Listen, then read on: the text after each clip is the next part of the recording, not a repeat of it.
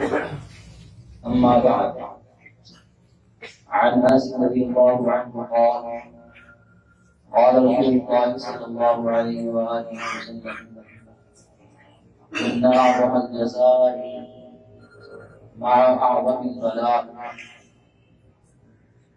جامع ترمذی کے اندر حدیث ہے، انس رضی اللہ تعالی عنہ سے روایت ہے کہ رسول اللہ صلی اللہ علیہ وآلہ وسلم نے فرمایا: ان اعظم الجزاء مع اعظم البلاء، بے شک بڑی جزا، بڑا ثواب وہ بڑی آزمائش میں ملتا ہے۔ وَإِنَّ اللَّهَ إِذَا أَحَبَّ عَبْدًا، اور اللہ تعالیٰ جب اپنی کسی بندے کے ساتھ محبت کر لیتے ہیں، جب اللہ تعالیٰ اپنے کسی بندے سے پیار کرتے ہیں تو اس کو آزماتے ہیں، اور اگر وہ راضی ہو جاتا ہے اور خوش ہو جاتا ہے تو اللہ تعالیٰ بھی اس سے راضی ہو جاتے ہیں، اور اگر وہ ناراض ہو جاتا ہے تو اللہ تعالیٰ بھی اس پر ناراض ہو جاتے ہیں۔ آزمائشیں ایمان کا حصہ ہیں، اور جس قدر ایماندار آزمائے جاتے ہیں اسی قدر اللہ تعالیٰ کو اجر و ثواب بھی عطا کرتے ہیں، اور ایمانداروں کے لیے مدد بھی اتنی ہی نازل ہوتی ہے۔ ایک دوسری روایت میں رسول اللہ صلی اللہ علیہ وسلم نے فرمایا: ان اللہ ينزل المعونة على قدر المعونة، اللہ کی مدد اتنی اترتی ہے جس قدر آزمائش اترتی ہے۔ آزمائش یہ ایمان کا حصہ ہے۔ جب بھی کوئی شخص ایمان لاتا ہے اور اللہ تعالیٰ کو ایک مانتا ہے، توحید کو قبول کرتا ہے اور سچا پکا مومن بنتا ہے تو پھر لازماً اس پہ آزمائشیں آتی ہیں۔ وَلَنَبْلُوَنَّكُمْ، اور ہم ضرور تمہیں آزمائیں گے۔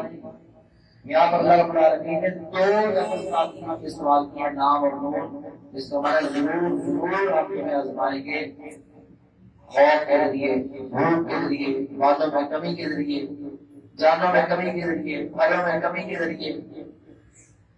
تو اللہ رب العالمین جب کسی کو آزماتے ہیں تو کس لیے آزماتے ہیں؟ تاکہ اس کے مقام کو بلند کر وہ صبر کرے اور اجر حاصل کرے۔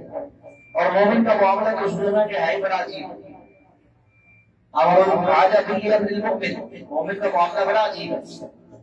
ان اصحابہ ضراء، اگر اس کو کوئی تکلیف پہنچتی ہے تو تاکہ وہ اس کے لیے ثواب کا ذریعہ بن جاتی ہے، اور اگر اسے اللہ تعالیٰ خوشی عطا فرماتے ہیں تو اس کے لیے ثواب کا ذریعہ بن جاتی ہے۔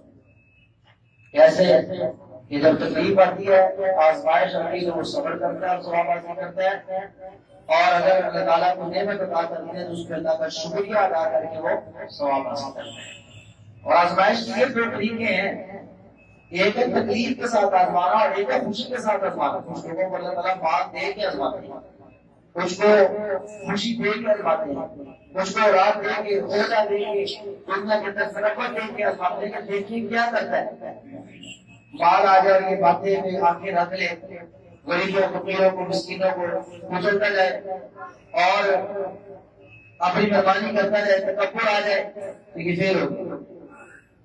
اور اگر مال آیا اور عاجزی آ گئی ہے، فَأَمَّا مَنْ أَعْطَىٰ وَاتَّقَىٰ وَصَدَّقَ بِالْحُسْنَىٰ، دیکھتا بھی اور اللہ سے ڈرتا بھی رہتا ہے، اللہ کے راستے میں خرچ بھی کیے جا رہا ہے اور تقویٰ بھی اختیار کیے ہوئے، تو پھر یہ کامیاب ہو گیا۔ ایسے ہی کبھی اللہ تعالیٰ آزمائشیں بھیج دیتے ہیں، کوئی مصیبت آ گئی، ٹینشن آ گئی، پریشانی آ گئی، تو یہ آزمائشوں سے گھبرانا نہیں چاہیے، یہ ایمان کی علامت ہے۔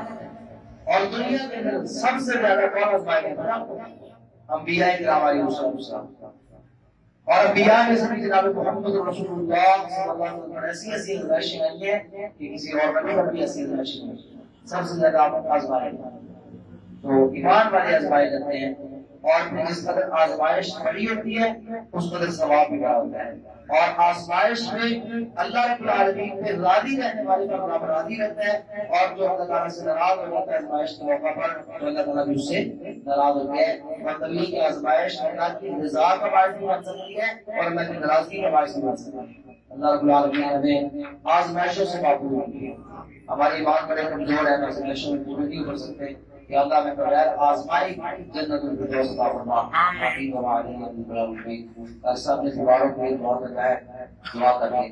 يا بديع السماوات والارض ويا ذا الجلال والاكرام ويا رب لك الحمد كما ينبغي لجلال وجهك ولعظيم سلطانك. اللهم صل على محمد وعلى ال محمد كما صليت على ابراهيم وعلى ال ابراهيم انك حميد مجيد. اللهم بارك على محمد وعلى ال محمد كما باركت على ابراهيم وعلى ال ابراهيم انك حميد مجيد. یا اللہ پورا کار خطا کار سے اکار رحمت صغیرہ کبیرہ گناہ معاف فرما. اللہ ہماری پریشانیاں دور فرما. اللہ ہمیں سے بیمار ان کو شفا کاملہ عاجلہ عطا فرما. اللہ ہمارے بڑے چھوٹے جو دنیا چھوڑ کے تیرے پاس آنے کے اللہ جنت کو دوست عطا فرما. اللہ ہم تیرے بڑے کمزور بندے ہیں. اللہ ہمارے عاشق میں پورا نہیں کر سکتے بغیر آزمائش. اللہ جنت کو دوست عطا فرما. ربنا آتنا في الدنيا حسنة وفي الآخرة حسنة وقنا عذاب النار. اللهم ارحم على أحوالنا ولا تنظر إلى شرور أعمالنا. سبحان ربك رب العزة عما يصفون وسلام على المرسلين والحمد لله رب العالمين.